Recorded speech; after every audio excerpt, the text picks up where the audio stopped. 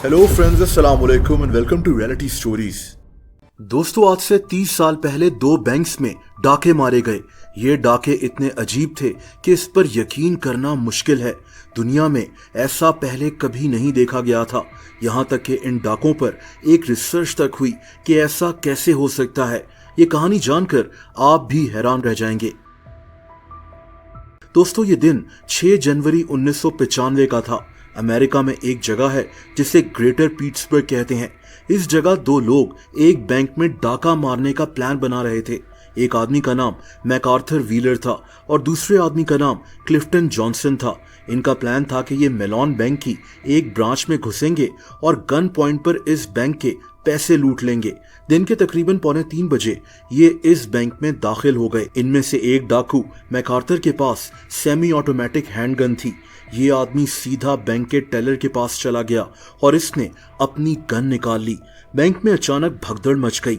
लेकिन दोस्तों, यहाँ एक बात बहुत ज्यादा अजीब थी। इन दोनों डाकुओं ने अपना चेहरा ढका हुआ नहीं था, कोई मास्क नहीं पहना हुआ था।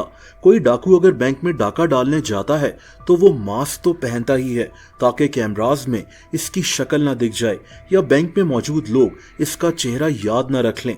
लेकिन इन दोनों ने ऐसा नहीं किया था। इनकी शक्ल नजर आ रही थी और इस बैंक के सिक्योरिटी कैमरा में भी कैप्चर हो गई थी। खैर, बैंक के टेलर ने फौरन इनको बैंक के $5000 निकाल कर दे दिए और ये दोनों वहां से निकल गए। दोस्तों, कुछ देर के बाद ये दोनों डाकू एक और बैंक में घुस गए। इस बैंक का नाम फिडेलिटी सेविंग्स बैंक था। यहां से भी इन्होंने गन दिखाकर कुछ पैसे लूटे। लेकिन इधर भी वही अजीब बात हुई।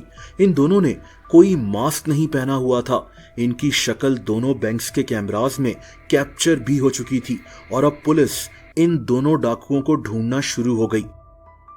दोस्तों, एक ही दिन के बाद पुलिस ने इनमें से एक डाकू मैकार्थर व्हीलर को अरेस्ट कर लिया। वही आदमी जिसने गन दिखाकर पैसे लूटे थे। लेकिन ये आदमी पुलिस को कह रहा था कि ये बेकसूर है। लेकिन पुलिस ने इसके सामने इसकी तस्वीर रख दी, बैंक के सिक्योरिटी कैमरा की तस्वीर, जिसमें ये पैसे लूटता हुआ साफ दिखाई दे रहा था। ये डाकू अब बहुत परेशान हो गया। इसने कहा कि ऐसा कैसे हो सकता है, मेरा चेहरा तो गायब हुआ हुआ था। पुलिस हैरान थी कि ये डाकू कहीं पागल तो नहीं हो गया। और दोस्तों, फिर इस डाकू ने पुलिस को एक ऐसी बात बताई जो शॉकिंग थी। इसने पुलिस को बताया कि बैंक्स में डाका डालने से पहले इसके दूसरे साथी क्लिफ्टन ने इसे एक लेमन जूस की बोतल दी थी, यानी लीमू के अर्क की। क्लिफ्टन ने इसे कहा कि लेमन जूस चेहरे पर लगाने से चेहरा कैमरा में नजर नहीं आता। मैकार्थर इसकी बात मान गया। इसने अपने चेहरे पर लेमन जूस लगाया और एक पोलराइड कैमरा से अपनी तस्वीर ली, चेक करने के लिए कि ये नजर आ रहा है कि नहीं। हैरत अंगेज तौर पर इस तस्वीर में इसकी शक्ल ठीक से नजर नहीं आ रही थी।